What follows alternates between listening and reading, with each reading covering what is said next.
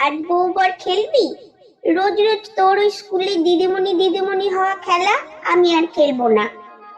পড়া না পারলে কান ধরে দাঁড়িয়ে থাকো, একদম বিচ্ছিরি। আমি আর ওই খেলাটা খেলবোই না কোনোদিন। বেশ তো, বউ বর খেলবি বলছিস? দুজনে মিলে কি করে বউ বর খেলা হয়? আর বউ কে হবে শুনি? কেন, আমি বউ হব? তুই বউ হলে আমি কি হব, বর? মেয়েরা আবার বর হয় নাকি? তাহলে বর কে হবে শুনি? সত্যি তো। ওই দিদি, তাহলে বর কে হবে? আমিও তো তাই ভাবছি। চল, তাহলে এক কাজ করি, শুভকে বরং ডেকে নিয়ে আসি। শুভ বর হলে দেখবি হেব্বি লাগবে। তবে শোন, আমি হলাম কি তোর শাশুড়ি, আর তুই আমাকে মা বলেই ডাকিস। আচ্ছা ঠিক আছে, তার আগে শুভকে ডেকে নিয়ে আসি। আমাদের বাড়ির নিচের তলায় ভাড়া থাকতো শুভরা। ওর বাবার বদলির চাকরি, নদিয়া রানাঘাটে ওদের আদি বাড়ি। মাত্র কদিন হয়েছে ওরা ভাড়ায় এসেছে। তখন থেকেই আমাদের খেলার সঙ্গী হয়ে গেল শুভ। আমাদের চিলেকোঠার ঘরটাই ছিল আমাদের খেলার ঘর। ছুটির দিনগুলোতে সারা দিনই চিলেকোঠার ঘরেই খেলে কাটাতাম। আর এমনি দিনগুলোতে অতটা টাইম পেতাম না। তারপর থেকে যখনই বউ বর খেলতাম, আমি সবসময়ই বউ হতাম আর শুভ বর। তবে দিদি মাঝে মাঝে রোল বদল করত, কখনো মা, কখনো শাশুড়ি। একদিন হয়েছে কি, দিদিকে বললাম, এই দিদি, আমাকে একদিন বউ সাজিয়ে দিবি রে? দিদি বলল, ঠিক আছে, কাল তো এমনিতেই রবিবার, ছুটি আছে যখন, তখন কালই তোকে সুন্দর করে সাজিয়ে দেবো। শুভকে বললাম। এই শুভ, কাল আমি বউ সাজবো। পরের দিন মায়ের একটা লাল রঙের শাড়ি লুকিয়ে নিয়ে এলাম চিলেকোঠার ঘরে। দিদি সুন্দর করে সাজিয়ে দিল। আমাকে সুন্দর করে সাজতে দেখে শুভ বলে উঠল, উফ, কি সুন্দর লাগছে রে তোকে। হেসে বললাম, সুন্দর লাগবে নাই বা কেন, তোর বউ বলে কথা। নে, এবার সিঁদুরটা পরিয়ে দে, দেখবে আরো সুন্দর লাগছে। মায়ের সিঁদুর কৌটোটাও আগের থেকে এনে রেখেছিলাম। শুভ আমাকে সিঁদুর পরিয়ে দিয়েছে দেখে দিদি বলেছিল, হায় হায় সর্বনাশ, কি করেছিস তোরা? সিঁদুর কেউ পরায়? সিঁদুর পরা মানে সত্যিকারের বিয়ে। তাড়াতাড়ি মুছে দে, মা দেখলে আর রক্ষে নেই, আর সত্যি মেরে ফেলবে। শোন, এই কথাটা কোনো দিনও কাউকে বলিস না। শুভ একটু ভয় পেয়ে দিদিকে বলেছিল, আমি তো পড়াতে চাইনি, মৌ পড়নাই তো বললো, তাই আমি। শুভ ঠিকই বলেছে, আমি মৌপর্ণা আর আমার দিদি সপ্তপর্ণা। দিদির কথাগুলো শুনে শুভ সত্যি ভয় পেয়ে গিয়েছিল, আর আমিও। তখন কোনো কিছু না বুঝলেও সেদিন এটুকু বুঝেছিলাম, সিঁদুর পরা মানে সত্যিকারের বিয়ে। খেলার ছলে এক অলিখিত বিয়ে সেদিন হয়ে গিয়েছিল, যেটা একমাত্র দিদিই জানতো। তারপর থেকে শুভ আর কোনোদিনই এই বউ-বর খেলা খেলতে আসেনি। আমার ছোটবেলার সঙ্গী বলতে আমার দিদি। দুই বোনে আমাদের ভীষণ ভাব। দিদি আমার থেকে 3 বছরের বড়। সব কথা একমাত্র দিদিকেই বলতে পারতাম মন খুলে। শুভ আর দিদি ছিল সমবয়সী। আমি দিদি বলতাম বলে শুভও দিদিকে সপ্ত দিদি বলে ডাকতো। আস্তে আস্তে আমিও যে কখন শুভকে ভালোবেসে ফেললাম নিজেও জানি না। আমার তখন ক্লাস 9, ওর তখন 12। একমাত্র দিদি আমাদের ব্যাপারটা জানতো। স্কুলে সরস্বতী পুজোতে সেবারে আমরা দায়িত্বে আছি। মনে আছে, মায়ের হলুদ রঙের ঢাকাই জামদানিটা পরে অঞ্জলি দিচ্ছি, পাশে শুভ। পাঞ্জাবি পরে ওকে খারাপ লাগছিল না। সেদিন প্রথম ও প্রপোজ করলো আমাকে। তারপর থেকে প্রেম, লুকিয়ে লুকিয়ে দেখা করতে যাওয়া, ফুচকা খাওয়া, হঠাৎ একদিন শুভ বলল, চল না সিনেমা দেখে আসি। সেই প্রথম বাড়িতে না বলে সিনেমা দেখতে গেলাম। কিভাবে যে মা জানতে পেরেছিল জানি না। বাড়িতে জানাজানি হয়ে গেল। তবে বাবা আমাকে একটু বেশি সাপোর্ট করতো। মা প্রায়ই বাবাকে বলতো, তোমার আশকারাতেই মেয়ে উচ্ছন্নে যাচ্ছে। এই নিয়ে বাবার সাথে মায়ের এক পোস্ত কথা কাটাকাটি প্রায়ই লেগে থাকতো। তবে দিদি আর আমি এই ব্যাপারটা খুব উপভোগ করতাম। তারপর থেকে আমার ব্যাপারে সর্বক্ষণ চলতো মায়ের গোয়েন্দাগিরি। এইভাবেই 3 বছর মায়ের শাসনে বেশ ভালোই কাটলো। এদিকে শুভর বিটেক কমপ্লিট করে ক্যাম্পাসিংও হয়ে গেছে। একটা নতুন কোম্পানিতে 2-1 দিনের মধ্যে জয়েন করবে। শুভরাও আমাদের বাড়ি ছেড়ে দিয়ে চলে গেল অন্যত্র। স্কুলের গণ্ডি পেরিয়ে কলেজে এলাম। বাড়ির সামনেই কলেজ, তাও আবার গার্লস কলেজ। কারণ মায়ের ভাবনা, কোয়েট কলেজে পড়লে আমি নাকি আরো উচ্ছন্নে যাব। প্রেম এমন জিনিস, না মানে গার্লস কলেজ না মানে কোয়েট। লুকিয়ে লুকিয়ে প্রেম, তার মজাই আলাদা। শুভর বাড়িতে সমস্যা নেই, কারণ ওর বাড়িতে সকলেই জানে।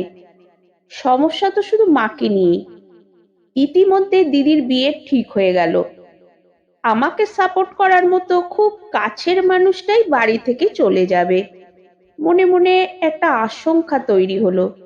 এই প্রেম করার ব্যাপারটা মা মেনে নেবেই না। মা আগের থেকেই শুনিয়ে রেখেছিল, আমার অমতে যদি কিছু করিস জানবি এ বাড়ির দরজা চিরদিনের জন্য বন্ধ। তাছাড়া ওই শুভটাকে কিছুতেই মেনে নেব না। ভাবলাম দিদির বিয়ের আগে আমাকে বিয়ে করতে হবে। দিদিকে সমস্ত ব্যাপারটা জানালাম। দিদি সব সময় আমাকে সহযোগিতা করে গেছে, কোনোদিনই আমার ইচ্ছার বিরুদ্ধে যায়নি। তাই দিদিকে বললাম, মা তো কোনোদিনই এই ব্যাপারটা মেনে নেবে না। তাই শুভর সঙ্গে আমি কথা বলেছি, শুভ রাজি। বাড়ি থেকে কখনোই ঘটা করে আমার বিয়ে হবে না, এ আমি নিশ্চিত। বাড়ি থেকে পালিয়ে গিয়ে বিয়ে করে নেব। কিন্তু মা জানতে পারলে? তুই শুধু মাকে ম্যানেজ করিস, বাবাকে নিয়ে চিন্তা নেই, বাকিটা আমি দেখে নেব। দিদি আমাকে সুন্দর করে সাজিয়ে দিল। ভোরবেলা বাবা মা ঘুম থেকে ওঠার আগেই বাড়ি থেকে বেরিয়ে গেলাম। যাবার আগে দিদিকে সবকিছু বলে গেলাম, অযথা বাবা মাকে টেনশনে পড়তে না হয় যাতে। মনে তো একটু ভয় ছিলই, জানি না কি হবে, কেনই বা এভাবে যাচ্ছি, নানা প্রশ্ন মাথায় ভিড় করছিল। কি ব্যাপার, এত দেরি হলো যে? কতবার ফোন করেছি, মোবাইলটা দেখেছিস একবারও? সত্যি তো, শুভ এতবার যে ফোন করেছে বুঝতেই পারিনি। একটা টেনশন ছিলই। বিশ্বাস আর ভরসায় পা বাড়ালাম। শুভ আমাকে নিয়ে চলে গেল ওদের গ্রামের বাড়িতে। মন্দিরে বিয়ে করে চলে এলাম ওদের রানাঘাটের বাড়িতে। ইতিমধ্যে এক অদ্ভুত কাণ্ড ঘটে গেছে। হঠাৎ আমার মোবাইল ফোনে রিং হচ্ছে। দেখি দিদি ফোন করেছে। এই দিদির ফোন পেয়ে আতঙ্কিত। কি করব বুঝে উঠতে না পেরে ফোনটা রিসিভ করে চুপ থাকি। ওপার থেকে দিদি বলে যেতে থাকে, তুই মারাত্মক কাণ্ড করে বসে আছিস কেন, কি করলাম? আরে তুই আলমারি থেকে ডকুমেন্টসের যে ফাইলটা নিয়ে গিয়েছিস রেজিস্ট্রির জন্য, সেটা তোর নয়। তোরটা ফেলে গেছিস আর মায়ের কভার ফাইলটা নিয়ে চলে গেছিস। ওতে মায়ের সমস্ত ডকুমেন্ট, মানে আধার কার্ড, ভোটার কার্ড থেকে শুরু করে যাবতীয় সবকিছু আছে। বাড়িতে ধুমধুমার কাণ্ড চলছে। দিদি, কি হবে এখন? বাবা হয়তো তোকে ফোন করবে, যা বলার বাবাকেই বলিস, বলে দিদি ফোনটা কেটে দেয়। আসলে চিন্তা বাবাকে নিয়ে নয়, মাকে নিয়ে। মা একবার রেগে গেলে রক্ষে নেই। একে বাড়িতে না বলে পালিয়ে এসেছি, তার উপর আবার একটা ভুল করে বসে আছি। ভয়ে হাত পা ঠান্ডা হয়ে আসছে। ইতিমধ্যেই বাবার ফোন। ভয়ে ভয়ে রিসিভ করি। বাবা বলতে থাকে, তুমি বড় হয়েছো, নিজের ভালো মন্দ নিজেও বুঝতে শিখেছো। তোমার ব্যক্তিগত ব্যাপারে আমি কোনোদিনও হস্তক্ষেপ করিনি, আজও করব না। আশা করি তুমি কোনো ভুল সিদ্ধান্ত নাওনি বলে আমার ধারণা। হয়তো তোমার মা এ বিয়েটা মেনে নেবে না, তবে শুভর প্রতি আমার সে বিশ্বাস আছে। ছেলেটি ভালো। তবে যার হাত ধরে গেছো তার হাতটা শক্ত করেই ধরে রেখো। তোমাকে সে যেমন ভালো রাখবে, তোমার দায়িত্ব তাকেও ভালো রাখা। তবে যাওয়ার আগে একবার আমাকে বলে যেতে পারতে। দূর থেকে আমার আশীর্বাদ তোমাদের চলার পথকে আনন্দময় করে তুলবে। তোমাদের নতুন জীবন সুখের হোক এই প্রার্থনা করি। ও হ্যাঁ, আর একটা ভুল তুমি করেছো। রেজিস্ট্রির জন্য যে ডকুমেন্টস গুলো নিয়ে গেছো, তাড়াহুড়ো করে তোমার নিজের ফাইলটাই ফেলে গেছো। আর যেটা নিয়ে গেছো ওটা তোমার মায়ের। যত তাড়াতাড়ি সম্ভব ফাইলটা বাড়িতে দিয়ে যেও। আমার বাড়ির দরজা তোমাদের জন্য খোলাই রইল। যতদিন না তোমার মা শান্ত হচ্ছেন, ততদিন আমি কিছুই করতে পারবো না, কারণ তুমি ভুল একটা করেইছো। তারপর বাবা ফোনটা কেটে দেয়। আমার দু চোখে জলের বন্যা। আই লাভ ইউ বাবা বলে চিৎকার করতে থাকি। শুভকে বলি, আর একটুও ভালো লাগছে না, মনে হয় এভাবে লুকিয়ে আসাটা ঠিক হয়নি। এই মুহূর্তে চাইলেও বাড়িতে যেতেও পারবো না। তারপর থেকে বেশ কয়েকদিন কেটে যায়। শুভ ফাইলটা পৌঁছে দেয় ওই বাড়িতে। দিদির সাথে রোজ ফোনে কথা বলতাম। বাবাও মাঝে মাঝে লুকিয়ে কথা বলতো, কারণ মা জানতে পারলেই ঝামেলা করবে সেই ভয়ে। কেন জানি না মায়ের জন্য খুব মন খারাপ করতো। মায়ের রাগটা কমলেই ওই বাড়িতে হয়তো যেতে পারবো।